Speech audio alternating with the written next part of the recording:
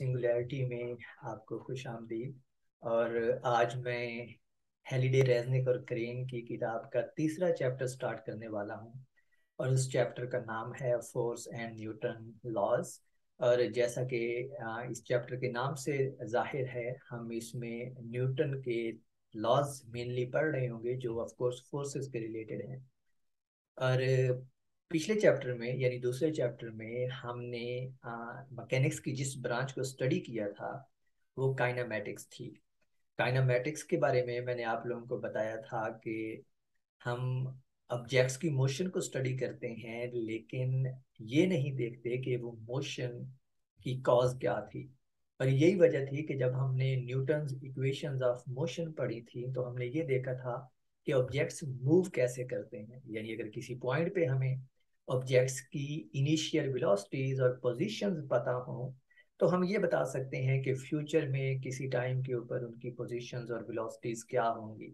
और इस सारी बात में हमने ये नहीं सवाल किया था खुद से कि ऑब्जेक्ट्स की जो पोजीशन या वेलोसिटीज हैं, जो इनिशियल वेलोसिटीज और इनिशियल पोजीशंस हैं, वो हमारे पास कहाँ से आती हैं। अगर एक ऑब्जेक्ट, हमने देखा था कि एक ऑब्जेक्ट अगर इनिशियल वेलोसिटी v से मूव कर रहा है तो उसकी फाइनल वेलोसिटी हम कैसे कैलकुलेट कर सकते हैं। लेकिन हमने ये नहीं देखा था कि ऑब्जेक्ट के पास वो इनिशियल वेलोसिटी कहाँ से आती है। इस चैप्टर में हम इस सवाल का जवाब देंगे।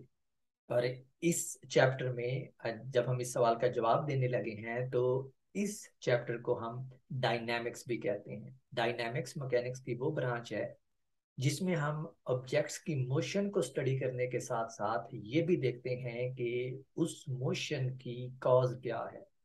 यानी कौन से वो फोर्सेस हैं या कौन से इन्वायरमेंटल इफेक्ट्स हैं जो ऑब्जेक्ट को मूव करने पे मजबूर करा रही हैं। तो इस चैप्टर को हम स्टार्ट करेंगे सबसे पहले मॉडल बिल्डिंग से। कि हम मॉडल बिल्डिंग से मुराद ये है कि हम इस चैप्टर में किस तरह प्रॉब्लम्स को सॉल्व करेंगे। और जब प्रॉब्लम्स को सॉल्व करने की हम बात करते हैं तो ऑफ कोर्स हमें प्रॉब्लम की स्टेटमेंट की ज़रूरत है कि हमारे सामने मसला क्या दरपेश है। और फिर हम कुछ अजम्पशंस को बुनियाद बना के उस मसले के हल की तरफ जाएंगे। तो हम सबसे पहले मॉडल बिल्डिंग की बात करेंगे और मॉडल बिल्डिंग में आज के लेक्चर में ही करूंगा कि हम किस तरह ऑब्जेक्ट्स की मोशन के प्रॉब्लम को डील करने वाले हैं। उसके बाद हम न्यूटन्स फर्स्ट लॉ की तरफ जाएंगे और हम इसकी थोड़ा सा हिस्टोरिकल पर्सपेक्टिव देखेंगे। फिर हम फ्रेम्स ऑफ रेफरेंसेस को डिफाइन करेंगे और फिर हमारे पास फर्स्ट लॉ से ही फोर्स और मैस का कॉन्सेप्ट आएगा और हम ये देखेंगे कि ये कैसे एक दूसरे से रिलेटेड है। और ये जिस क्वांटिटी से एक दूसरे से रिलेटेड है उसको आप पहले ही पढ़ चुके हैं और वो क्वांटिटी एक्सेलरेशन है। और बिल्कुल इसी पॉइंट पे हम न्यूटन के दूसरे लॉ पे पहुंच जाएंगे जो कि फोर्स मैस और एक्सेलरेशन को रिलेट करता है। और फिर उधर से हम न्यूटन के तीसरे लॉ की तरफ जाएंगे जो इंट्रैक्शंस को डील करता है। जब ऑब्जेक्ट्स इंट्रैक्ट करते हैं तो हम ये देखेंगे कि वो किस तरह एक दूसरे से इंट्रैक्ट करते हैं या किस तरह की फोर्स एक दूसरे के ऊपर लगाते हैं। उसके बाद हम एक इम्पोर्टेंट कॉन्सेप्ट मैस और वेट के ऊपर जाएंगे। और फिर फाइनली हम कुछ एप्लीकेशंस डिस्कस करेंगे न्यूटन के लॉज की जो हम ऊपर पढ़ चुके हैं, फर्स्ट सेकंड और थर्ड लॉ। एप्लीकेशंस हमेशा ही ये वो यूजेस होते हैं जो हम रियल लाइफ में यूज करते हैं किसी भी थ्योरी से, किसी भी लॉ से।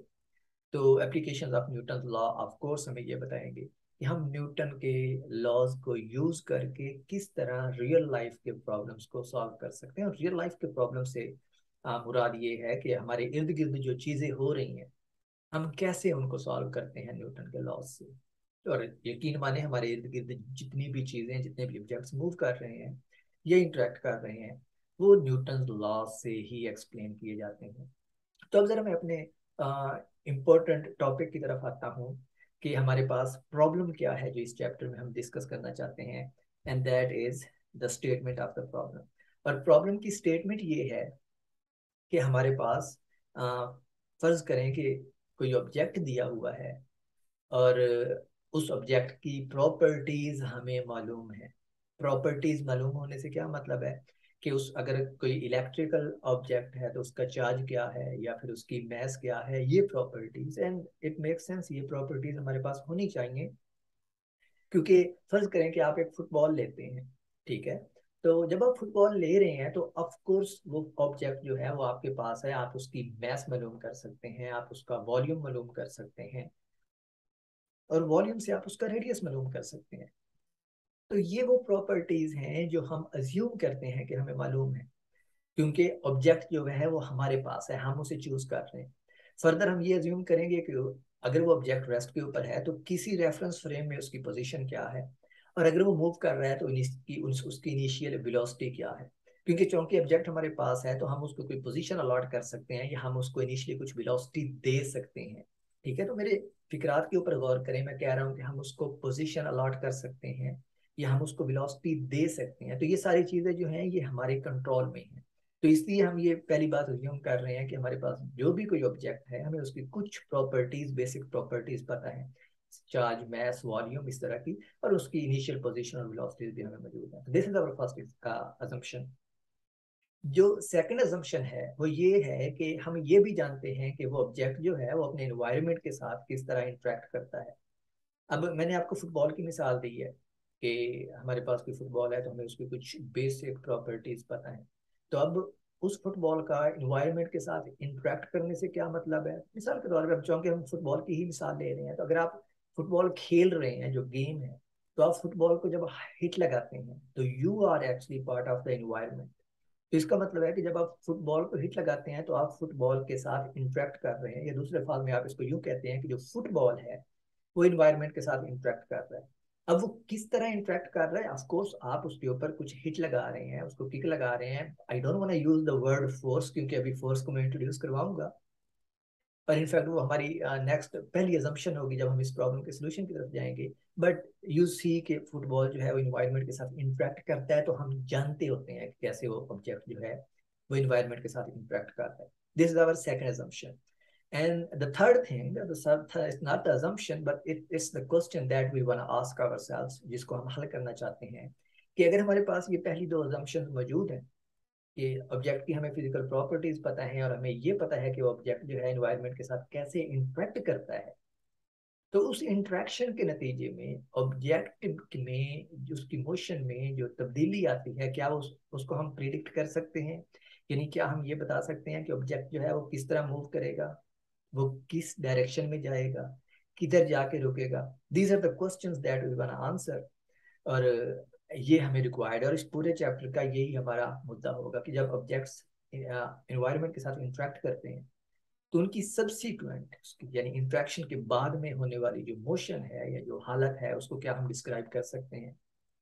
तो of course we need some kind of basic model in order to answer this question.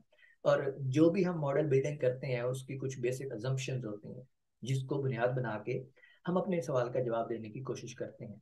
तो जो पहली अजम्पशन है हमारे इस सवाल को हल करने की, जो मैंने ऊपर पोज किया है कि जब कोई ऑब्जेक्ट जो है वो अपने इन्वायरमेंट के साथ इंटरेक्ट करता है तो उसकी सब्सिक्वेंट मोशन जो है वो किस तरह की होगी, ये हमारा सवाल है। और इसका हमने जवाब देना है, तो इसके जवाब के बारे में के लिए हम जो पहली अजम्पशन ले रहे हैं वो ये ले रहे हैं कि हम उस फुटबॉल को, जो जो भी फिजिकल ऑब्जेक्ट है, हम उसको पार्टिकल कंसीडर करेंगे। एक पार्टिकल एक ऐसा ऑब्जेक्ट होता है जिसकी कोई इंटरनल स्ट्रक्चर नहीं होती। इंटरनल स्ट्रक्चर से क्या मुराद है, जैसे हमारा बॉडी है तो इसके अंदर दिल, किडनीज और ये सारी चीजें मौजूद हैं। This is the internal structure of the body.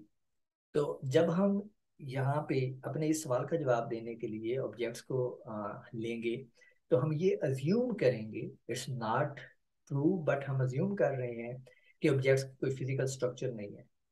अब इसका मतलब है कि अगर मैं खुद को कंसीडर करता हूँ या फुटबॉल को लेता हूँ या एक कार को लेता हूँ जिसकी मोशन को मैं स्टडी करना चाह रहा हूँ, तो जो मेरी अजम्पशन है उसके अंडर मैं क्या करूंगा, उस कार को, फुटबॉल को या खुद को या किसी भी ऑब्जेक्ट को मैं पार्टिकल ट्रीट करूंगा, यानी उसकी कोई इंटरनल स्ट्रक्चर नहीं है।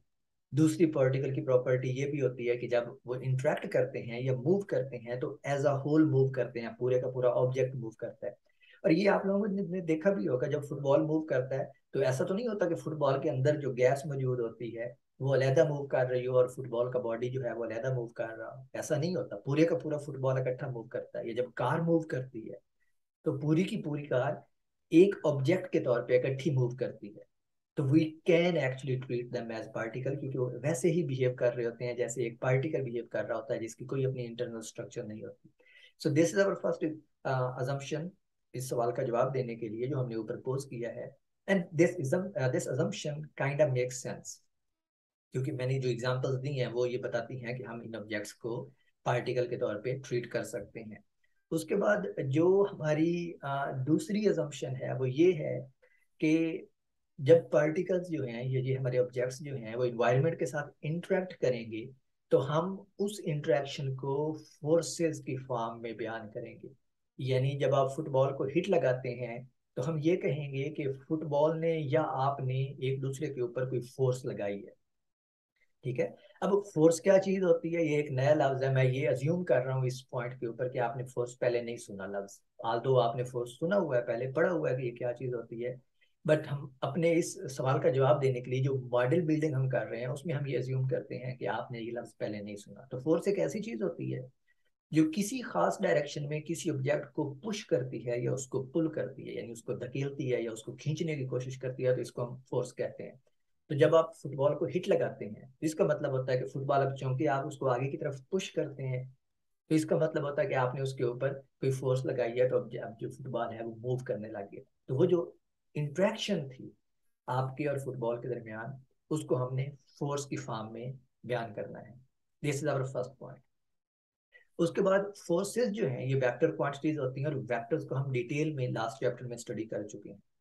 वेक्टर्स की मैग्नीट्यूड भी होती है और वेक्टर्स की कुछ ना कुछ डायरेक्शन भी होती है। इसका मतलब है कि ये जो फोर्सेस हैं, जो इंट्रैक्शन हैं ऑब्जेक्ट्स और इन्वायरमेंट्स के दरमियान, इनकी भी कुछ ना कुछ मैग्नीट्यूड होगी और कुछ ना कुछ डायरेक्शन भी होगी। और जो भी फोर्स, ईच जो थर्ड प्रॉपर्टी है फोर्सेस की, वो ये है कि each force that is exerted on a body, let me move it upward. So the third property is each force that is exerted on a body is caused by some object in the environment. ठीक है। ये point हमें ये बता रहा है इस assumption का कि हर फोर्स जो किसी ऑब्जेक्ट के ऊपर लगती है वो इन्वायरमेंट में मौजूद किसी चीज की वजह से लगती है, किसी और ऑब्जेक्ट की वजह से लगती है। वापस फुटबॉल वाली एग्जांपल पे आते हैं। जब फुटबॉल को आप किक लगाते हैं तो मैंने आपको ऊपर बताया था कि फुटबॉल वो ऑब्जेक्ट है और हम जो है हम इन्वायरमेंट का हिस्सा हैं। तो ये थर्ड असम्पशन जो है फोर्स के रिलेटेड, ये हमें ये बता रही है कि वो जो फोर्स फुटबॉल के ऊपर लगी है वो इन्वायरमेंट में मौजूद किसी ऑब्जेक्ट की वजह से लगी होगी, और वो ऑब्जेक्ट इस केस में हम खुद हैं। तो आप देख रहे हैं ये सारी असम्पशंस जो हैं ये एक्सियमाटिक हैं। एक्सियमेटिक से क्या मतलब है कि ये सेल्फ एविडेंटली ट्रू है, क्योंकि हम अपने इर्द गिर्द देखते हैं कि जब आप इंटरेक्शन करते हैं फुटबॉल के साथ या फुटबॉल को हिट लगाते हैं तो कोई इन्वायरमेंट में मौजूद कोई ऑब्जेक्ट ही फुटबॉल को हिट लगा रहा होता है। तो इसलिए ये एक्सियोमेटिकली ट्रू है। और नेक्स्ट पॉइंट जो हम कंसिडर करेंगे वो ये है कि हम जो भी फोर्स लगा रहे हैं किसी भी ऑब्जेक्ट के ऊपर, जैसे इस केस में फुटबॉल के ऊपर है, उस फोर्स की वो फोर्स कितनी स्ट्रांग थी, यानी उस फोर्स की मैग्नीट्यूड क्या थी, वो हम एक नई क्वांटिटी की फॉर्म में डिस्क्राइब करेंगे, और वो क्वांटिटी जो है वो एक्सेलरेशन है। तो हम अज्यूम यहाँ पे ये कर रहे हैं कि जब हमने फुटबॉल के ऊपर हिट लगाई तो फुटबॉल के अंदर एक प्रॉपर्टी प्रोड्यूस होगी जिसको एक्सेलरेशन का नाम हम देंगे। और एक्सेलरेशन अब आप ऊपर पढ़ चुके हैं लास्ट चैप्टर में। एक्सेलरेशन क्या था कि ये ऑब्जेक्ट की वेलोसिटी में तब्दीली को रिप्रेजेंट करता है। तो जब आप फुटबॉल को हिट लगाते हैं तो फुटबॉल रेस्ट पे था, उसकी वेलोसिटी 0 थी। आपने उसको हिट लगाई तो अब वो मूव करने लग गया, तो उसकी वेलोसिटी चेंज हो गई। अब वो वेलोसिटी कितनी चेंज होती है, जितनी ज्यादा होगी इसी चीज को आप कहते हैं कि एक्सेलरेशन ज्यादा है। जितनी कम वेलोसिटी चेंज होगी उसमें एक्सेलरेशन कम होगा। और अब वो वेलोसिटी किस वजह से चेंज हुई है, जो आपने फुटबॉल को हिट लगाई है, और उस हिट को ही तो हमने फोर्स का नाम दिया। तो इसका मतलब है कि हमने कितनी ज्यादा फोर्स लगाई है, ये हम देखेंगे इस चीज के को बिना इस चीज की बिना पे कि उस ऑब्जेक्ट के अंदर एक्सेलरेशन कितना प्रोड्यूस हुआ है। और फिर हम क्या करेंगे, जितनी हमने फोर्स लगाई है उस फोर्स और जितना उसके अंदर एक्सेलरेशन प्रोड्यूस हुआ है, उस एक्सेलरेशन को बुनियाद बना के हम उस ऑब्जेक्ट को एक मैस देंगे कि ये ऑब्जेक्ट इतना मैसिव है। यानी हम ये करने ये जा रहे हैं कि हम फोर्स एक्सेलरेशन और मास के दरमियान एक रिलेशन को डिड्यूस करने जा रहे हैं। वो रिलेशन हम कैसे डिड्यूस करेंगे? वो रिलेशन हम इस तरह डिड्यूस करेंगे कि आपके पास फुटबॉल है, आप उसको हिट लगाते हैं और आप उसके अंदर जितना एक्सेलरेशन प्रोड्यूस होता है इसको मेजर कर देते हैं।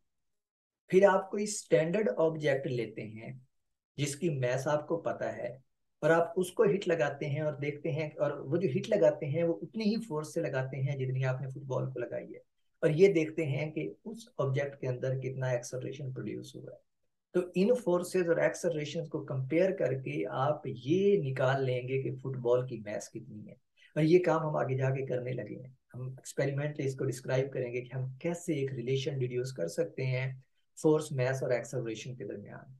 ठीक है। और जब ये सारी चीजें हम कर लेंगे, जब हम रिलेशन डिड्यूस कर लेंगे फोर्स, मैस और एक्सेलरेशन के दरमियान, तो हम फाइनल स्टेप के ऊपर पहुंचेंगे कि हम एक ऐसा फोर्स लॉ बयान कर डिस्क्राइब लिख सकें, यानी जो फोर्स, मैस और एक्सेलरेशन के दरमियान सेटिस्फाई होता हो।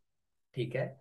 और वो जो फोर्स लॉ है वो किन चीज़ों के ऊपर डिपेंड करता हो? उस बॉडी की प्रॉपर्टीज के ऊपर जो हम ले रहे हैं, जो इस केस में मैं कॉन्स्टेंटली फुटबॉल की एग्जांपल ले रहा था, और उस बॉडी की इंटरेक्शन बताता हो इन्वायरमेंट के दरमियान। ठीक है। तो ये जो सारी एजम्पशन ली हैं, जो शुरू में मैंने प्रॉब्लम पोज किया था और उसके बाद ये जो एजम्पशंस ली हैं, ये एजम्पशन अगर आप देखें तो ये सारी की सारी एक तरफ, एक चीज की तरफ लेके जा रही हैं। वो ये है कि हम कोई ऐसे लॉज डिवेलप कर सकें जो हमें ऑब्जेक्ट्स की मोशन के बारे में बता सके कि वो किस तरह मूव करेंगे। और ये जो लॉज हैं जो ऑब्जेक्ट्स की मोशन के बारे में हमें बताएंगे, यही न्यूटन के लॉज हैं। ठीक है। तो हम एक सिस्टमेटिक वे में इन लॉज को डिड्यूस करेंगे आगे चल के कि हमारे पास कैसे आते हैं। पर चूंकि हर चीज को डिड्यूस करने के लिए, हर किसी भी सवाल का जवाब देने के लिए हमें कुछ बेसिक अजम्पशंस की जरूरत होती है। तो ये वो अजम्पशंस थी जिनको बुनियाद बना के हम ये लॉ डिस्क्राइब करेंगे, डिड्यूस करेंगे, यानी अखज करेंगे। और इन अजम्पशंस को आप देखें तो मैंने कहा कि ये सेल्फ ये एक्सियोमेटिकली ट्रू है, यानी ये सेल्फ एविडेंट है कि आप इंटरेक्ट करते हैं तो ऑब्जेक्ट्स मूव करता है। तो ये सारी assumptions हमारी ऑब्जर्वेशंस का नतीजा है जो आप अपने इर्द गिर्द देखते हैं। और ये जो न्यूटन के लॉज हैं और जो न्यूटन की इक्वेशंस हैं, यही मिल के, ये दोनों मिल के इक्वेशंस और ये लॉज जो हम इस चैप्टर में देखने वाले हैं, ये मिल के न्यूटोनियन मैकेनिक्स या क्लासिकल मैकेनिक्स बनाते हैं। तो अब हम जा सकते हैं अपनी नेक्स्ट वीडियो में न्यूटन के फर्स्ट लॉ की तरफ कि हम उसको कैसे देखते हैं कि ऑब्जेक्ट्स कैसे मूव करते हैं।